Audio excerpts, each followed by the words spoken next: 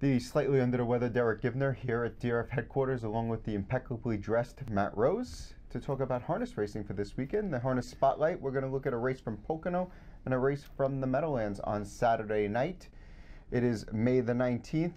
We'll start with Pocono Downs, where we have a division of the Pennsylvania Sire Stakes. And usually we don't cover these Sire Stakes in these videos, but we have Stay Hungry versus Lost in Time, the top two-year-olds from last year, going head-to-head in the third division. Yeah, I guess it's worth mentioning here. They're both coming back for their first starts of the three-year-old campaigns, trying to rack up some points in the Pennsylvania Sire Stakes. Go for a lucrative final in the great state of Pennsylvania, and it's a very interesting matchup. Very interesting that this division, three divisions of the three-year-old colts and geldings, and this division came up stacked pretty much. Yeah, there's no doubt about it. It came up stacked, and I mean, everyone's going to stare at Stay Hungry and Lost in Time, obviously, but even Hayden Hanover is a really solid horse that was, I believe, second in the Metro last year. Nutcracker Sweet, who's, unfortunately stuck in post position 8. This guy's really fast as well. I mean, even West Delight's coming off a Reynolds win, and he's highly regarded, in this race. Yeah, I mean, like I said, stacked division. The four top horses are all making their first starts of the season, which throws a little wrench into the handicapping. I could see people maybe gravitating towards West Delight here, just because he has maybe the conditioning edge, having raced already 3 times this year. We saw his race last week at the Reynolds that was held at Yonkers Raceway in the slop over or in an off-track raining. First time over a half-mile track and won effortlessly 53-3. Obviously, this horse is very highly regarded, and he gets a test against the big boys tonight. That's for sure. But like you said, all eyes on Lost in Time, and the other eyes on Stay Hungry. Well, with these two horses coming off qualifiers, making their first starts of 2018. Interestingly, they raced against each other in their last qualifier. But with them coming off qualifiers, some people are going to say here, you know what, maybe we're not going to see their best effort. Maybe they're looking ahead to the North America Cup, the Meadowlands Pace, bigger purse money events down the road. But you have to remember, if they want to be in the Sire Stakes final, which goes for $260,000, they got to get some points, and they already missed the first leg, which was on May 5th. That's exactly what I said. You got to earn some points here, and they're entering in the second leg, so there's no reason not to be ready to go and all out and going 100% here. I know there's a bigger fish to fry down the road. They're still going for 55 grand in this race and important points. So I don't see anyone holding back anything here. Where are you going in this race? I'm going to go to Lost in Time. I don't see any reason why he's not ready.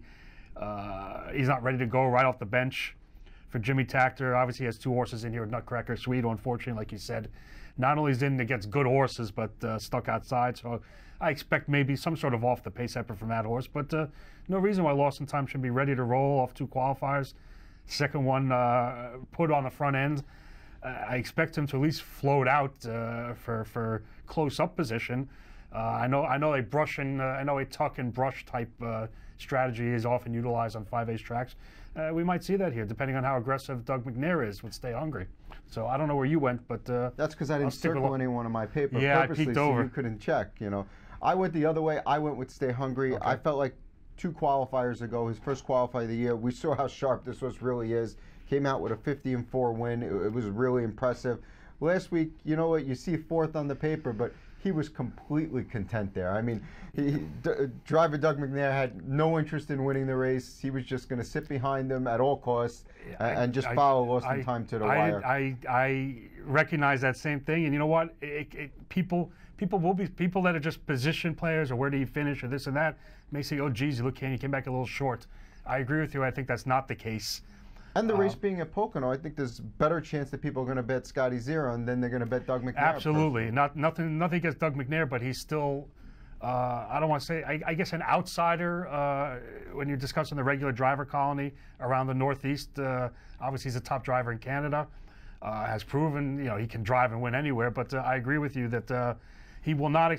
If you're looking for a bit of a better price, I think you're going to see it with Stay Hungry. But I will stick with Lost in Time. All right, I'll take the price. Number 3, as I fix my chair again. And Matt's chair is going down, just like his horses usually Just like go. my bankroll and my horses. We're going to move to race number 5 at the Meadowlands on Saturday night. It's the Graduate 4-year-old Open. Purse is $50,000. We have a field of 8 lined up, and the star attraction in this field of 8 is Ariana G. There's not much you could say about her. I mean, she's a 2-time Dan Patch champion. She's won 21 of 26 races lifetime, and her qualifiers were, they were pretty good. Yeah, and obviously she's a mare facing the boys here. But me personally, from a handicapping standpoint, when it comes to trotters, I have no problems with female horses, fillies or mares, racing against their male counterpart as trotters. I see that morning line. That's not the official morning line. That's your morning line, I believe. That's actually my morning that's line that I put on. DRF Harness morning line. We didn't have the morning line yet from the track, so I came up with one that should serve the purpose. Okay, close enough. Obviously, the horse is going to be odds on for sure. Do you see anything assuming she's on her game and just comes to, shows up for work? Do you see anyone beating her here? Well, I'll provide some background. I spoke to driver Yannick Gingras about the 2 qualifiers. He said she was absolutely super in the first one. He thought maybe the second one, maybe not quite as good, but he also said that she didn't have her regular shoes on. She wasn't wearing the pop-out earplugs, so maybe she wasn't equipped to show up with a 51 mile that day. Really, I think this race comes down to one thing. How aggressive will Yannick be?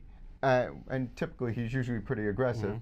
And how easily does she get to the top? If Ariana G is on the lead at the 3/8 pole here, and she didn't have to work too hard to get there, this race is over. Yeah, There's no one beating her. I mean, who's the only horse that can get in her way early, I would imagine. That being said, we are talking about her first start of the year, right? We are talking about her racing against the boys, and we are talking about a track that's probably going to be very sloppy. Okay, like I said, the racing against the boys doesn't bother me at all.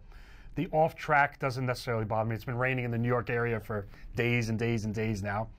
I see a sloppy track at Hoosier. The horse she jogged in Kentucky Futurity. We know about that. Although she did lose in that final. She did lose that day, yeah. But it was the second heat. Right, so right. So that I know the excuse was the second heat. The only horse getting in her way early, I guess, would be Okies Vonstead with Yes Mickey, who had a useful race in the slop last week at Pocono, tuning up for his 4-year-old season. The only horse that we really touch on is a horse that Ariana G barely beat in the qualifier, and that's Sortie. Starting out the 8-hole here, I know he's going to be a big price, but you notice the barn change here. Apparently, Tron must have the magic, and now, what I noticed is it seems like he took her off Lasix. Well, you know what? We talked last year about this horse having all sorts of talent and just can't get out of his own way. Broke more often than he stayed flat. Finally, there's a barn change to Tron Smetjam. I'm surprised the connections waited that long to maybe go in a different direction. I love the angle of a horse that breaks, moving to a new barn and then stays flat and has a nice qualifier, a nice race. I don't know what to expect tonight or in Saturday night's race, but I certainly hope he stays flat, and I certainly wouldn't discount this horse going forward. And I'm assuming you're going to use him for second on the Ariana. Let's try to sneak him in the exacta or the try or the super somewhere at your listed 30-1 DRF morning line. I'm going to try to sneak him in there somewhere, and you know what? Maybe that's my angle going forward here, horses to look at. Let's see if a barn change and a change of scenery can turn a horse that was pretty highly regarded last year, turn him around. Well, I think Ariana G is the horse to beat. I actually picked against her in this field. Okay, who'd you go with? I went with number 2, Bill's Man, who I thought raced, steadily from the back of the pack in his first start. It's really not his game. He doesn't have that quick acceleration where he's going to come home in a 26 flat quarter and run down the field. It was his first start of the year. I think he's more of a grinder. I think there's also a chance he could be put on the lead in this spot here. And I could see a little bit of improvement, maybe him getting the job done. Like I said, we don't know what the track's going to be like. It's supposed to rain straight through to Saturday, so it could be any kind of conditions. And I just don't want 3-5 on Ariana G in her first start of the year, against a field where one of these horses could step up and beat her.